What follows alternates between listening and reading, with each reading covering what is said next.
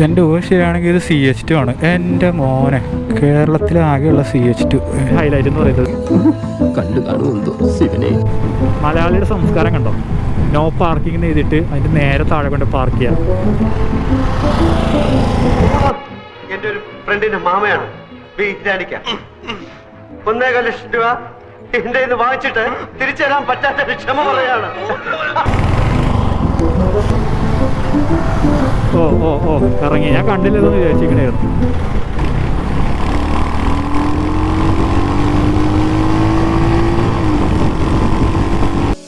Hello YouTube, welcome to another video. എല്ലാവർക്കും പുതിയ വീഡിയോയിലേക്ക് സ്വാഗതം. അപ്പോൾ ഞാനെന്നുള്ളത് നമ്മുടെ സ്ഥിരം റോയൽ എൻഫീൽഡ് കൈസ മോട്ടേഴ്സിലാണ്, നമ്മുടെ വൈറ്റേലുള്ള കൈസ മോട്ടേഴ്സിലാണ് വന്നിരിക്കുന്നത്. എന്താ കാര്യം എന്ന് വെച്ച് കഴിഞ്ഞാൽ നമ്മുടെ ഏറ്റവും പുതിയ 100-350 ഒന്ന് ടെസ്റ്റ് ഡ്രൈവ് ചെയ്യാനാണ്. ഓടിച്ചിട്ട് ഞാൻ വണ്ടിയുടെ വിശേഷങ്ങളും കാര്യങ്ങളും ജസ്റ്റ് ഒന്ന് പറഞ്ഞുതരാം. ഇതിപ്പോൾ ലേറ്റസ്റ്റ് ടോപ്പ് മോഡൽ 100 ആണ് നമ്മുടെ ഇരിക്കുന്നത്. അതായത് ഒരു റെബൽ ബ്ലാക്ക് എന്ന് പറഞ്ഞിട്ടുള്ള വേരിയൻ്റ് ആണ്, ടോപ്പ് വേരിയൻ്റ് ആണ്. ഇത് കൂടാണ്ട് തന്നെ നമുക്ക് 100 ആക്ച്വലി 2 വേരിയൻറ്റ് വരുന്നുണ്ട്, മെട്രോയും റെട്രോയും. റെട്രോ എന്ന് പറയുന്നത് ആ പേര് സൂചിപ്പിക്കുന്ന പോലെ തന്നെ ഒരു റെട്രോ ഡിസൈൻ ആയിട്ട് വരുന്നതാണ്. അതായത് റെട്രോയ്ക്ക് നമുക്ക് ഈ അലൈ വീൽസ് വരുന്നില്ല, മറിച്ച് സ്പോക്ക് വീൽസ് ആണ് വരുന്നത്. പിന്നെ ടയർ സൈസ് കുറച്ച് ചെറുതാണ്, ബാക്കിൽ ഡിസ്ക് ഉണ്ടാവില്ല, അങ്ങനെ കുറച്ച് വ്യത്യാസം റെട്രോയിൽ വരുന്നുണ്ട്. ആക്ച്വലി റെട്രോ നമ്മൾ റോഡിൽ അധികം കാണാറില്ല. Most people prefer metro because ഇതിന് ട്യൂബ്ലെസ് വീൽസ് ആണ് വരുന്നത്, അലൈ വീൽസ് വരുന്നുണ്ട്, ബാക്കിൽ വലിയ ഡിസ്ക് വരുന്നുണ്ട്. പിന്നെ പ്രൈസ് ഡിഫറൻസ് പറഞ്ഞു കഴിഞ്ഞാൽ അറൗണ്ട് 20-15,000 മാത്രമേ വരുന്നുള്ളൂ. അതുകൊണ്ട് തന്നെ മിക്ക ആൾക്കാരും ഈ ഒരു മോഡലേക്കാണ് ജമ്പ് ചെയ്യുന്നത്. അപ്പോൾ ഞാൻ ജസ്റ്റ് ഇത് ഓടിച്ചിട്ട് വണ്ടിക്ക് വന്നെല്ലാം മാറ്റങ്ങളുണ്ടോ എന്നുള്ള കാര്യം ജസ്റ്റ് ഒന്ന് വീഡിയോയിൽ പറഞ്ഞുതരാം. അപ്പോൾ വണ്ടി വളരെ സീറ്റേറ്റ് പറഞ്ഞ വണ്ടിയാണ്. വെറും 800 mm മാത്രമേ സീറ്റേറ്റ് ഉള്ളൂ. അതായത് എൻ്റെ ഹൈറ്റ് എന്ന് പറയുന്നത് 5'9" ആണ്. എനിക്ക് ഫ്ലാറ്റ് ഫുട്ടാണ്. ഫ്ലാറ്റ് ഫുട്ടും കഴിഞ്ഞിട്ട് ഫുട്ട് ചെറുതായിട്ട് മടങ്ങിയിരിക്കുന്നുണ്ട്. അപ്പോൾ ഒരു 5'7" ആണെങ്കിലും എന്തിന് 5'5" ആണെങ്കിലും ഈസിലി ഫ്ലാറ്റ് ഫുട്ട് ചെയ്യുന്നുണ്ട്. പിന്നെ വണ്ടി മൊത്തത്തിൽ താന്നായിരിക്കും. അതാണ് ഈ 100 ഞാൻ ആദ്യം നോട്ടീസ് ചെയ്തത്. അപ്പോൾ സ്വിച്ച് ഗിയേഴ്സൊക്കെ എടുത്ത് നോക്കുകയാണെങ്കിൽ ആ ഒരു റൊട്ടേറ്റ് ടൈപ്പുള്ള സ്വിച്ചസൊക്കെ ഇതിൽ വന്നിട്ടുണ്ട്. ഇപ്പോൾ എല്ലാ അക്രോസ് ഓൾ വേരിയൻറ്റിലും റോയൽ എൻഫീൽഡ് ഈ ഒരു ടൈപ്പ് സ്വിച്ച് ഗിയേഴ്സാണ് വരുന്നത്. മാസ് സിലിണ്ടർ അടിപൊളിയാണ്. അപ്പോൾ നമുക്കൊന്ന് ഓടിച്ചിട്ട് വണ്ടിയുടെ വിശേഷം കാണുമെന്ന് പറഞ്ഞുതരാം. അതിനുമുമ്പ് ഞാൻ വണ്ടിയുടെ സൗണ്ട് ഒന്ന് ഏൽപ്പിച്ചു തരാം കേട്ടോ. ഓ മാൻ,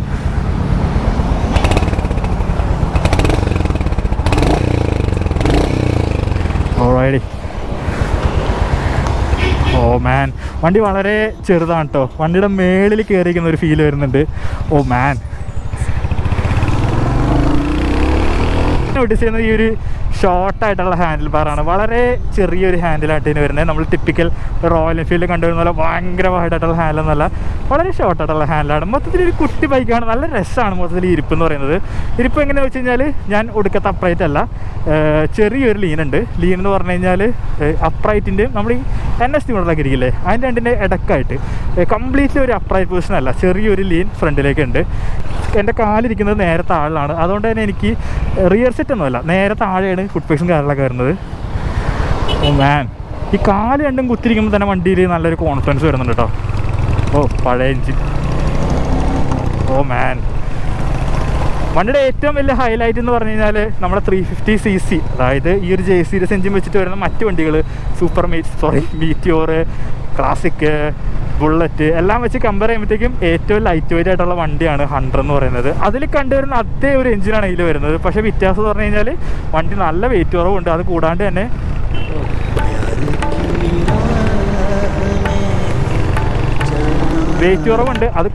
തന്നെ അറൗണ്ട് വീൽ ബേസ് ഷോർട്ടറാണ്. ഇനി മൊത്തത്തിൽ എങ്ങനെയുണ്ടെന്ന് വെച്ച് കഴിഞ്ഞാൽ നല്ല രസമാണ്. നിങ്ങൾ സിറ്റിയിലേക്കും ഹൈവേയിലേക്കും വേണ്ടി ഒരു വണ്ടി നോക്കുന്നുണ്ട്, റോയൽ എൻഫീൽഡിൻ്റെ വണ്ടി നോക്കുന്നുണ്ട്. എന്നാൽ എനിക്ക് അത്ര വലിയൊരു ബുള്ളറ്റ് പോലത്തെ വണ്ടിയൊന്നും താല്പര്യമില്ല. ഐ മീൻ ക്ലാസിക്, അത്ര വലിയ വണ്ടികളൊന്നും താല്പര്യമില്ല എന്നുണ്ടെങ്കിൽ എന്തായാലും നോക്കാവുന്നൊരു വണ്ടിയാണ് ഈ ഒരു 100 എന്ന് പറയുന്നത്. വളരെ നിമ്പിളാണ്, വളരെ ഷോർട്ട് വീൽ ബേസ് ആയതുകൊണ്ട് തന്നെ നമുക്ക് ഈ സിറ്റിയുടെ ഇടയ്ക്കിടയ്ക്ക് എടുത്തുകൊണ്ട് പോകാൻ ഭയങ്കര സുഖമാണ്. വളരെ ഈസി ടു റൈഡ് മോട്ടോർ സൈക്കിളാണ്. ഒരുപാട് കഷ്ടപ്പെടേണ്ട, ഒരുപാട് സ്ട്രഗിൾ ചെയ്യേണ്ട. നമ്മളിപ്പോൾ ഒരു ബുള്ളറ്റ് 350 അല്ലെങ്കിൽ ക്ലാസിക് 350 ഇതുപോലെ ട്രാഫിക്കിൽ ഓടിക്കുകയാണെങ്കിൽ മാന്യൂവർ ചെയ്യാനേ കുറച്ച് പാടായിരിക്കും. ഇതിൽ ആ ഇഷ്യൂവും കാര്യങ്ങളൊന്നുമില്ല. പിന്നെ ഈ വണ്ടിയിൽ എനിക്ക് ഇമ്മീഡിയറ്റ്ലി കയറിയപ്പോൾ തന്നെ ഇഷ്ടപ്പെടാത്തൊരു ഫാക്ടർ എന്ന് പറയുന്നത് വണ്ടിയുടെ സസ്പെൻഷനാണ്. ഫ്രണ്ട് നല്ല ഹാർഡായിട്ട് ഫീൽ ചെയ്യുന്നുണ്ട്. റിയർ മീഡിയത്തിനും ഹാർഡിൻ്റെ ഇടയ്ക്കെന്ന് പറയാം, മീഡിയം അല്ല, ചെറിയൊരു ഹാർഡായിട്ട് ഫീൽ ചെയ്യുന്നുണ്ട്. ഫ്രണ്ടിൽ നമുക്കൊരു 41 mm ടെലസ്കോപ്പ് ഫോർക്കാണ് വരുന്നത്. ബാക്കിലാവട്ടെ ഒരു പ്രീലോഡ് അഡ്ജസ്റ്റ് ചെയ്യാൻ പറ്റുന്ന ഒരു ഷോക്കാണ്. പക്ഷേ പല ഓൺലൈൻ റിവ്യൂവേഴ്സും വണ്ടി പ്രീലോഡ് അഡ്ജസ്റ്റ് ചെയ്തിട്ട് പോലും വണ്ടിക്ക് ആ ഒരു പക്ക ഒരു സോഫ്റ്റ് സ്പ്രിങ് കിട്ടുന്നില്ല, ഡാമ്പിങ് കിട്ടുന്നില്ല, ചെറിയൊരു ഹാർഡ്നെസ് ഫീൽ ചെയ്യുന്നുണ്ട്. അതിപ്പോൾ എനിക്ക് ഓടിക്കുമ്പോൾ മനസ്സിലാവുന്നുണ്ട്. നമ്മൾ ഫ്രണ്ടാണ് ശരിക്കും ആ ഒരു കുഴിയൊക്കെ നന്നായിട്ട് അറിയുന്നുണ്ട്. ഇപ്പോൾ 100 യൂസേഴ്സ് ഉണ്ടെങ്കിൽ പറയാം ഇതിൻ്റെ വണ്ടിയുടെ കുഴപ്പമാണോ അതോ ഇങ്ങനെയാണോ എന്ന് പറയാം. ഓ എന്തൊക്കെ നിങ്ങളൊരു ബുള്ളറ്റ് യൂസേഴ്സാണ്, ക്ലാസിക് യൂസ് ചെയ്യുന്ന ഒരാളാണ്, നിങ്ങൾ ഏറ്റവും കൂടുതൽ മിസ് ചെയ്യുന്നതെന്ന് പറഞ്ഞു കഴിഞ്ഞാൽ ആ ട്രാഫിക് കൂടെ ഒന്ന് എന്താ പറയുക ഡ്യൂക്കൊക്കെ ഓടിക്കണ പോലെ ഒന്ന് എടുത്തുനോ പറ്റിയായിരുന്നെങ്കിൽ പവറൊന്നും വേണ്ട, ഒന്നും വേണ്ട, അതേ ഒരു എഞ്ചിൻ വെച്ചിട്ട് ആ ഒരു വണ്ടി ട്രാഫിക്കിലൂടെ നല്ല ഈസി ആയിട്ട് മാനേവർ ചെയ്യാൻ പറ്റിയെന്നെങ്കിൽ ഒന്ന് വിചാരിച്ചിട്ടില്ലേ? അങ്ങനെയുള്ളവർക്ക് പറ്റിയൊരു വണ്ടിയാണ് ഈ ഒരു 100 350 എന്ന് പറയുന്നത്. നല്ല രസമാണ് ഫ്ലിക്ക് ചെയ്തെടുക്കാനായിട്ട്. ഞാൻ കാണിച്ചു തരാം, ഞാൻ പവർ മോഡാവട്ടെ, ഇപ്പോൾ വണ്ടി ഒന്ന് സ്റ്റാർട്ട് ചെയ്തുള്ളൂ. അതുകൊണ്ട് വണ്ടിയുടെ സ്വീറ്റ് സ്പോട്ട് എന്ന് പറഞ്ഞാൽ ഇതാണ് കേട്ടോ. നോക്കി ഒരു 60-ലൊക്കെ ഭയങ്കര റിലാക്സ്ഡ് ആയിട്ട് ഓടിക്കാൻ പറ്റുന്നുണ്ട്, വളരെ കംഫർട്ടബിൾ ആണ്, ഇത് സുഖമാണ് ഓടിക്കാനായിട്ട്, ഒരു തരത്തിലുള്ള സ്ട്രെസ്സും ഇല്ല. വൈബ്രേഷൻ ഉണ്ടോ എന്ന് വെച്ച് കഴിഞ്ഞാൽ ഓഫ് കോഴ്സ് ഈ ഒരു എഞ്ചിൻ പ്രീവിയസ് കമ്പയർ ചെയ്യുമ്പോഴത്തേക്കും വൈബ്രേഷൻ ഇല്ല, പക്ഷേ ചെറിയൊരു വൈബ്രേഷൻ നമ്മൾ ഫീൽ ചെയ്യുന്നുണ്ട്. പക്ഷേ അനവിങ് ആണോ എന്ന് വെച്ച് കഴിഞ്ഞാൽ നമ്മൾ റെഡ് ലൈനിലേക്ക് അടുപ്പിക്കത്തേരും ചെറിയൊരു അനവിങ് ഫീൽ ചെയ്യുന്നുണ്ട്. അല്ലാത്ത പക്ഷം ഒരു ഡെയിലി യൂസ് എന്ന പെർസ്പെക്റ്റീവ് അല്ല, നോർമൽ റൈഡ് ചെയ്യുകയാണെങ്കിൽ അത്ര ഒരു അനവിങ് ആയിട്ട് തോന്നുന്നില്ല. പിന്നെ എന്താ പറയുക, ബ്രേക്കിംഗ് എടുത്ത് നോക്കുവാണെങ്കിൽ ബ്രേക്കിംഗ് വളരെ പ്രോഗ്രസീവാണ്. വളരെ പ്രോഗ്രസീവ് എന്ന് പറഞ്ഞു കഴിഞ്ഞാൽ നല്ല പ്രോഗ്രസീവാണ്. അതായത് പിടിച്ചു കഴിഞ്ഞാൽ ഒരു സമയം എടുത്തിട്ട് നിൽക്കുള്ളൂ. അതിന് തോന്നണം ഇപ്പം നിൽക്കണോ വേണ്ടയോ അങ്ങനെയൊക്കെ നോക്കിയിട്ട് നിൽക്കുള്ളൂ. ഒരു പക്ക ബൈറ്റോ അങ്ങനത്തെ സംഭവമൊന്നുമില്ല. ഒരു ടിപ്പിക്കൽ നമ്മൾ 350 പുള്ളെല്ലാം കണ്ടിരുന്നില്ലേ, അതുമാതിരി ഒരു ബ്രേക്ക് സെറ്റപ്പാണ്. ഫ്രണ്ടിൽ ഒരു 300 മാസീവ് ഡിസ്ക് ഉണ്ടെങ്കിൽ കൂടെ ഇത്ര ഷോർട്ടർ വീൽ ബേസും ഇത്ര വെയിറ്ററുള്ള വണ്ടിയായിട്ടും ബ്രേക്കിംഗ് വളരെ പ്രോഗ്രസീവാണ്. എനിക്ക് ആയകൂടി വണ്ടിയിൽ ഡിസപ്പോയിൻറ്റഡ് ആയിട്ട് തോന്നിയ രണ്ട് ഫാക്ടർ, ഒന്ന് സസ്പെൻഷനാണ്, ഫ്രണ്ട് സസ്പെൻഷൻ, 2 ബ്രേക്കിംഗ് ആണ്. അത് മാറ്റി നിർത്തിയ വണ്ടിയെ പറ്റി കുറ്റം പറയാനൊന്നുമില്ല, മൊത്തത്തിൽ കൊള്ളാം. Clutch feels nice. ക്ലച്ച് ഈ ഒരു ജെ സീരീസിൽ കമ്പയർ ടു ആ ഒരു യൂസ് എഞ്ചിൻ വെച്ച് നോക്കുമ്പോൾ ക്ലച്ച് ഭയങ്കര ലൈറ്ററാണ്. ഗിയർ ബോക്സ് പ്രിസൈസാണ്, കുറച്ചും കൂടെ നന്നായിട്ട് അറിയാൻ പറ്റുന്നുണ്ട്, ഒരു അധികം ഹാർഡായിട്ട് ഫീൽ ചെയ്യുന്നില്ല. പിന്നെ മൊത്തത്തിൽ കംഫർട്ടബിളാണ്. ഞാൻ പറഞ്ഞല്ലോ ഈ ഒരു ലോ സീറ്റായിട്ട് ഇതുപോലുള്ള വണ്ടി ഇരിക്കുമ്പോൾ തന്നെ നമുക്കൊരു പകുതി കോൺഫിഡൻസ് കിട്ടും. ഈ വണ്ടിയുടെ പ്രധാന കോമ്പറ്റീറ്റർ എന്ന് പറയുന്നത് എല്ലാവർക്കും അറിയാവുന്ന പോലെ തന്നെ നമ്മുടെ റോണിനാണ്. ഇപ്പോൾ റോണിൻ വെച്ച് നോക്കുമ്പോൾ എങ്ങനെയുണ്ടെന്ന് വെച്ച് കഴിഞ്ഞാൽ design wise I prefer this one. I think this look more beautiful than the Ronin. Personal ഒപ്പീനിയനാണ്, നിങ്ങൾക്ക് നിങ്ങളുടേതായ ഒപ്പീനിയൻ ഉണ്ടാവും, ഐ റെസ്പെക്ട് ദാറ്റ്. ബട്ട് എനിക്ക് കുറച്ചും കൂടി ഇഷ്ടപ്പെട്ടത് ഈ ഒരു ഡിസൈനാണ് റോണിനേലും. പക്ഷേ ഓടിക്കാൻ കുറച്ചും കൂടി സുഖം, ഐ മീൻ കംഫർട്ടബിൾ എന്ന് പറയുന്നത് നമ്മുടെ റോണിൻ തന്നെയാണ്. ബിക്കോസ് അതിൻ്റെ ഒരു എഞ്ചിൻ തന്നെയാണ്, അതിൽ കുറച്ചും കൂടി 225 cc ഉള്ളെങ്കിലും അത് കുറച്ചൊരു അഡ്വാൻസ്ഡ് എഞ്ചിനാണ്. നമുക്ക് അത്യാവശ്യം സിറ്റിയിലൊക്കെ ഓടിക്കുകയാണെങ്കിൽ നല്ല സുഖമായിട്ട് ഓടിക്കാൻ പറ്റുന്നുണ്ട്. അതിൻ്റെ മെയിൻ റീസൺ അതിനൊരു സ്ലിപ്പർ ക്ലച്ചും കാര്യങ്ങളും വരുന്നുണ്ട്. ഇതിന് സ്ലിപ്പർ ക്ലച്ച് വരുന്നില്ല. അതിന് അപ്സൈഡ് ഡൗൺ ഫോർക്കാണെങ്കിൽ കൂടെ അതിൻ്റെ സസ്പെൻഷൻ നല്ല സോഫ്റ്റാണ്. അപ്പം അങ്ങനെ സിറ്റിയിലേക്കാണ് കൂടുതൽ നോക്കുന്നതെങ്കിൽ 95% നിങ്ങൾ സിറ്റി യൂസ് നോക്കുന്നുണ്ടെങ്കിൽ നിങ്ങൾക്ക് എന്തുകൊണ്ടും പറ്റുന്നത് റോണിൻ തന്നെയാണ്. അല്ല നിങ്ങൾ സിറ്റി പ്ലസ് ഹൈവേ കോംബോ ആണ് നോക്കുന്നതെങ്കിൽ this is the better choice എന്ന് അടിവരായിട്ട് പറയാം.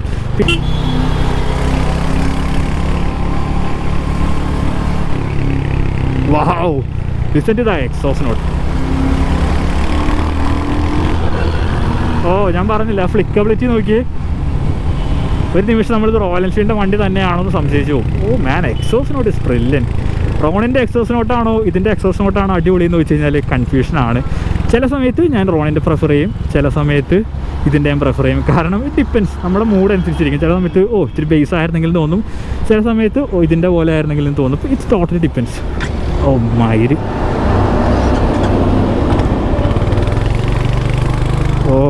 ചാറായി. Exhaust note is brilliant. Braking പോരാ. ഞാൻ പറഞ്ഞു ബ്രേക്കിങ്ങിൽ എനിക്കൊരു കോൺഫിഡൻസ് കുറവുണ്ട്. I don't trust these brakes man, I really don't trust these brake man. Exhaust note. പിന്നെ വണ്ടി നമുക്ക് അത്യാവശ്യം ഹയർ ഗിയറിൽ സ്ലോ സ്പീഡൊക്കെ ഓടിക്കാം കേട്ടോ. നല്ല കംഫർട്ടബിൾ ആണ്. കണ്ടോ, ഗിയർ മാറ്റാണ്ട് ഇങ്ങനെയൊക്കെ നല്ല സുഖമായിട്ട് ഓടിക്കാം. നല്ല രസമുണ്ട് മൊത്തത്തിൽ. നൈസ് കളറാണല്ലോ നെക്സോൻ്റെ. മാൻ നൈസ്. ബുള്ളറ്റൊക്കെ പോലെ വലിയ ആന വണ്ടി ഓടിക്കുന്ന പോലത്തെ ഫീലൊന്നും ഇല്ല കേട്ടോ ഇത് ഓടിക്കുമ്പോൾ. ചെറിയ വണ്ടിയായതുകൊണ്ട് തന്നെ നല്ല രസമാണ്. പിന്നെ വലിപ്പിച്ചാലും നമുക്ക് അത്യാവശ്യം ഒരു ലോ ആൻഡ് ടോർക്ക് കിട്ടും കേട്ടോ. വണ്ടിക്ക് അറൗണ്ട് 6000 RPM തൊട്ട് തന്നെ നമുക്ക് ആ ഒരു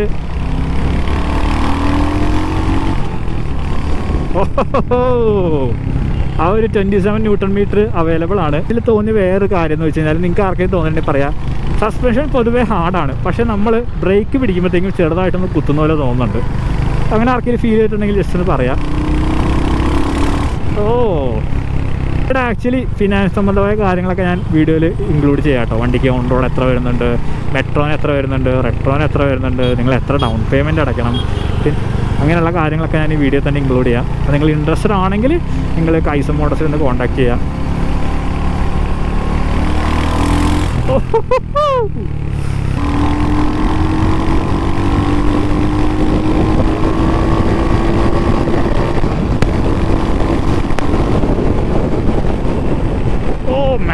ബ്രേക്കിങ് രക്ഷയില്ല. ബ്രേക്കിംഗ് മോനെ രക്ഷയില്ല എന്ന് പറഞ്ഞാൽ അടിപൊളി എന്നല്ല, ബ്രേക്കിംഗ് ഭയങ്കര പ്രോഗ്രസീവാണ്. അത് ഇന്നവിടെ മൂട്ടിക്കയറിയിരുന്ന ഞാനിപ്പോൾ നമ്പർ പേരിൻ്റെ നെറ്റിയിരുന്നാണ്. അപ്പോൾ യെസ്, നമ്മൾ വണ്ടി ഒന്ന് ജസ്റ്റ് ഒന്ന് ഒതുക്കിയിട്ടു. നമ്മുടെ സ്ഥിരം സ്പോട്ട് നല്ല അടിപൊളി വ്യൂ ആണ് കേട്ടോ. എനിക്ക് അവിടെ കുറച്ച് നേരം ഇരിക്കാനൊക്കെ പറ്റും.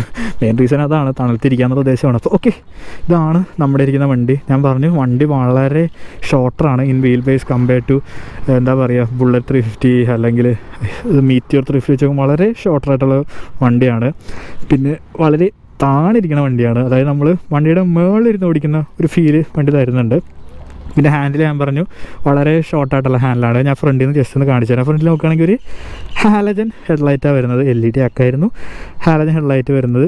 ഹാലജനാണോ? അത് ഹാലജൻ ഹെഡ്ലൈറ്റാണ് വരുന്നത്. പിന്നെ ഫ്രണ്ടിൽ നോക്കുകയാണെങ്കിൽ ഒരു ഐ തിങ്ക് 110 സെക്ഷൻ ടയർ വരുന്ന ആകെ റോയൽ എൻഫീൽഡ് ഇതാണെന്ന് തോന്നുന്നത്.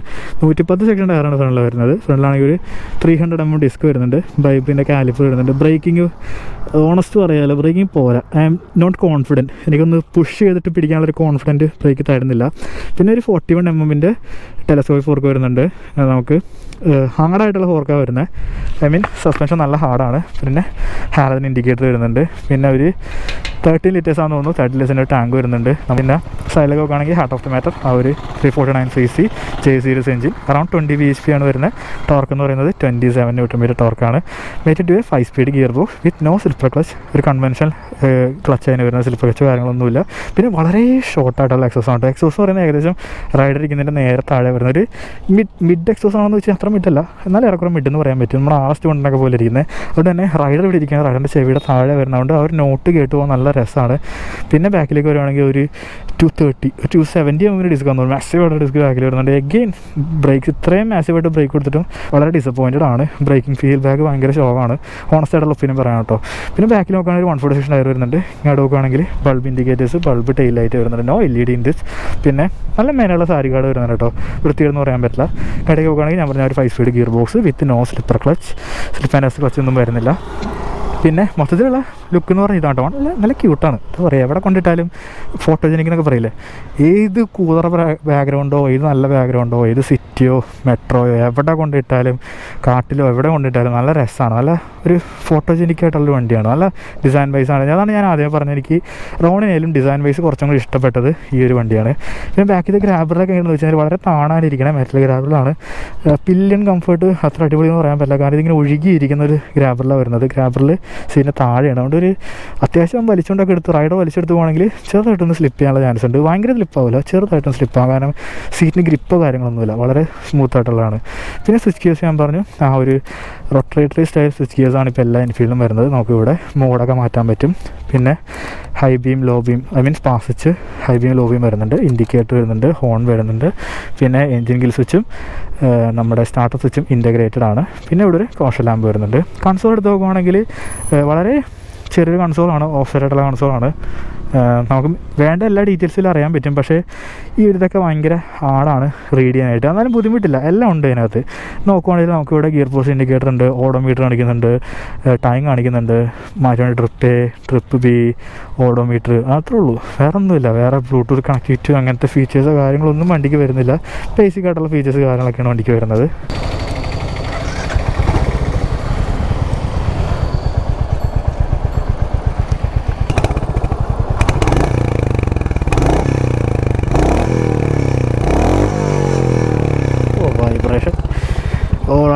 എന്താ വണ്ടീനെ പറ്റി പറയാം, വണ്ടി നല്ല രസമാണ്. നിങ്ങൾ ഈ ഒരു ബഡ്ജറ്റിലൊരു വണ്ടി നോക്കുന്നുണ്ട്, നിങ്ങൾക്ക് ചൂസ് ചെയ്യുന്ന വേറൊരു വണ്ടി റോണിനാണ്. അത് കൂടാണ്ട് ഈ ഒരു പ്രൈസ് ബ്രാക്കിൽ വരുന്നൊരു വണ്ടി ഉണ്ട്, എല്ലാം കൊണ്ടും മാച്ചായിട്ടൊരു വണ്ടിയാണ്. പക്ഷേ അത് എത്രത്തോളം ആൾക്കാർക്ക് ഇഷ്ടപ്പെടുമെന്ന് എനിക്കറിയില്ല. അതാകുമ്പോൾ എല്ലാം കിട്ടും. പവറുണ്ട്, ടോർക്കുണ്ട്, ലുക്സ് ഉണ്ട്, കംഫർട്ടുണ്ട്, എല്ലാം ഉണ്ട്. പക്ഷേ ആ ഒരു ഡിസൈൻ എത്രത്തോളം ഇഷ്ടപ്പെടുമെന്ന് എനിക്കറിയില്ല. ആ വണ്ടി എന്ന് പറയുന്നത് ഡോമിനാർ 250 ആണ്. Dominar 250 is way faster than Ronin and this Hunter. Compare ചെയ്യാനേ പറ്റില്ല. ഭയങ്കര ഫാസ്റ്ററാണ്, ഭയങ്കര അഡ്വാൻസ് ആയിട്ടുള്ള എഞ്ചിനാണ്. നല്ല സസ്പെൻഷനാണ് അതിൻ്റെ, നല്ല അടിപൊളി മിഡ് റേഞ്ചാണ്. അപ്പോൾ ഈ 3 വണ്ടിയാണ്. പക്ഷേ ഞാൻ ഡോമിനാർ ഒരു ഡയറക്റ്റ് കമ്പയർ ആയിട്ട് കൂട്ടില്ല. കാരണം ഈ ഡിസൈനൊക്കെ വെച്ച് നോക്കുന്ന ഒരാളാണെങ്കിൽ നിങ്ങൾ ഒരിക്കലും അങ്ങനത്തെ ഒരു മോഡേൺ ആയിട്ടുള്ള വണ്ടി നോക്കാൻ ചാൻസ് ഇല്ല. നിങ്ങൾ റോണിനാണ് കുറച്ചുകൂടി നോക്കാൻ ചാൻസ് ഉള്ളത്. അതുകൊണ്ടാണ് ഞാൻ റോണിൻ്റെ കാര്യം എടുത്തിട്ടത്. എന്തായാലും കൊള്ളാം, നല്ല രസമുണ്ട്. ഈ ഒരു ഫ്ലിക്കബിലിറ്റി ആണ് മെയിൻ ഹൈലൈറ്റ്. അതായത് നിങ്ങൾ കേട്ടിട്ടും അടുത്ത് കാണും. പിന്നെ നിങ്ങൾ മേടിച്ചിട്ട് വണ്ടിയിൽ ചെറിയ മോഡിഫിക്കേഷൻ ചെയ്യാൻ ആഗ്രഹിക്കുന്നുണ്ടെങ്കിൽ ഫസ്റ്റ് തന്നെ അനാവശ്യം മോഡിഫിക്കേഷൻ ചെയ്തിട്ടിരിക്കുക. നിങ്ങൾക്ക് ആക്സസറി ആയിട്ട് റോയൽ എൻഫീൽഡിൽ തന്നെ ഒരുപാട് ആക്സസറീസ് കാര്യങ്ങൾ വരുന്നുണ്ട്. വൈസർ വരുന്നുണ്ട്, വാറൻ മിറേഴ്സ് വരുന്നുണ്ട്, ക്രാഷ് ഗാർഡ്, ബാഷ് ലൈറ്റ്, അങ്ങനെ ഒരുപാട് ആക്സസറീസ് റോയൽ എൻഫീൽഡ് വരുന്നുണ്ട്. അതാകുമ്പോഴത്തേക്കും നമുക്ക് MBD പ്രശ്നം കാര്യങ്ങളൊന്നും ഉണ്ടാവില്ല. അപ്പോൾ നിങ്ങൾക്ക് അങ്ങനത്തെ മോഡിഫിക്കേഷൻ ആക്സസറീസ് ചൂസ് ചെയ്യുന്നതാണ്. അതല്ലാന്നുണ്ടെങ്കിൽ നിങ്ങൾക്ക് ആഫ്റ്റർ മാർക്കറ്റ് ചെയ്യുകയാണെങ്കിൽ ഫസ്റ്റ് തന്നെ ഈ ഒരു ബ്രേക്ക് പാഡൊന്ന് മാറ്റാൻ നോക്കുക. ബ്രേക്കിങ് ഒന്ന് മാറ്റിയാൽ തന്നെ ഈ വണ്ടിയുടെ ബ്രേക്കിംഗ് ഒന്ന് ഇമ്പ്രൂവ് ആവും. അതെങ്ങനെ ഇമ്പ്രൂവ് ചെയ്യാമെന്ന് വെച്ച് കഴിഞ്ഞാൽ നിങ്ങൾ ഈ ഒരു ബ്രേക്ക് പാഡ് മാറ്റിയിട്ട് സിൻറ്റേഡ് ആയിട്ടുള്ള ബ്രേക്ക് പാഡ്സ് ഇടുക. കുറച്ച് കോസ്റ്റ്ലിയാണ്, അറൗണ്ട് 1000 വരും. പക്ഷേ ഇറ്റ്സ് വർത്ത് ഇറ്റ്. ഇതിൻ്റെ ഒരു ബ്രേക്കിംഗ് വെച്ച് നോക്കുമ്പോഴത്തേക്കും നല്ലൊരു വ്യത്യാസം അറിയാൻ പറ്റും. അപ്പോൾ സിൻറ്റേഡ് പാഡ്സ് ഇടുക, അല്ലെങ്കിൽ ഈ മാസ് സിലിണ്ടർ അങ്ങോട്ട് മാറ്റുക. Anything which ever is convenient to you. അത് മാറ്റി കഴിഞ്ഞാൽ ബ്രേക്കിംഗ് ഇമ്പ്രൂവ് ചെയ്യാൻ പറ്റും. പിന്നെ സസ്പെൻഷൻ എങ്ങനെയാണെന്ന് വെച്ചാൽ സസ്പെൻഷൻ കുറച്ച് ട്രിക്കിയാണ്. നിങ്ങൾ മേടിച്ചിട്ട് ഇതിൻ്റെ ഫോർക്ക് ഓയിൽ മാറ്റുക. ഫോർക്ക് ഓയിൽ മാറ്റിയിട്ട് സോഫ്റ്റ്വെയർ ഗ്രേഡുള്ള ഓയിൽ ഇട്ടുകയാണെങ്കിൽ, ഹാർഡ് ഗ്രേഡ് അല്ല, കുറച്ചും കൂടി ഗ്രേഡ് കുറഞ്ഞ ഓയിൽ ഇടുവാണെങ്കിൽ സസ്പെൻഷൻ കുറച്ചും കൂടി സോഫ്റ്റർ ആവും. പിന്നെ ബാക്ക് മാക്സിമം പ്രീലോഡ് അഡ്ജസ്റ്റ് ചെയ്ത് സോഫ്റ്റ് ആക്കി വെച്ച് കഴിഞ്ഞാൽ സസ്പെൻഷനും ഒരു ഇത് നമുക്ക് ഇഷ്യൂ മാറി കിട്ടി. അപ്പോൾ നിങ്ങൾക്ക് ഇതിലും ഈ ഒരു ഇഷ്യൂ ഞാൻ പറഞ്ഞ ആ ഒരു ബ്രേക്കിങ്ങിൻ്റെയും ആ ഒരു സസ്പെൻഷൻ്റെ ഇഷ്യൂ എന്ന് പറയുന്നത് നമുക്ക് സോർട്ട് ചെയ്യാവുന്നതാണ്. അത് വലിയൊരു ഇഷ്യൂ ഒന്നും അല്ല. ഞാൻ പറഞ്ഞു ഇതിന് മൊത്തത്തിലൊരു ക്യാരക്ടർ ഉണ്ട് കേട്ടോ. എന്താ പറയുക, നമ്മുടെ ബുള്ളറ്റിൻ്റെ പോലെയല്ല. ബുള്ളറ്റിൻ്റെ ഒരു വീൽ ബേസ് കുറച്ച് വണ്ടി എന്ന് പറയാൻ പറ്റില്ല.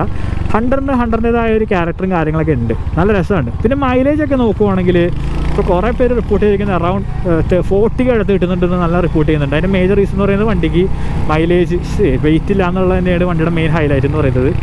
അതുകൊണ്ട് തന്നെ വണ്ടിക്ക് നല്ല ഒരു ഫിഗർ അറൗണ്ട് 40 അടുത്ത് മൈലേജ് റിപ്പോർട്ട് ചെയ്യുന്നുണ്ട്. വെയിറ്റും ഇല്ല, വീൽ ബേസും കുറവ്. അതാണ് മെയിൻ ഹൈലൈറ്റ്. അപ്പോൾ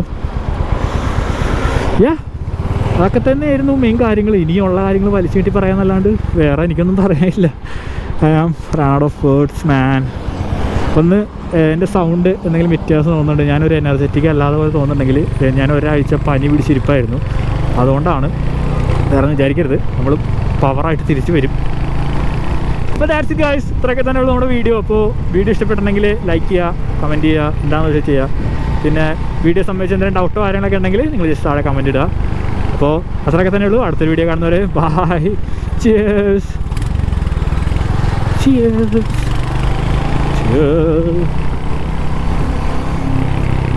അപ്പോൾ അതേ എഞ്ചിൻ വെച്ചിട്ടുള്ള വേറെ വണ്ടികളാണ് ഈ ക്ലാസിക് 350, മീറ്റോ 350 ആൻഡ് ബുള്ളറ്റ് 350.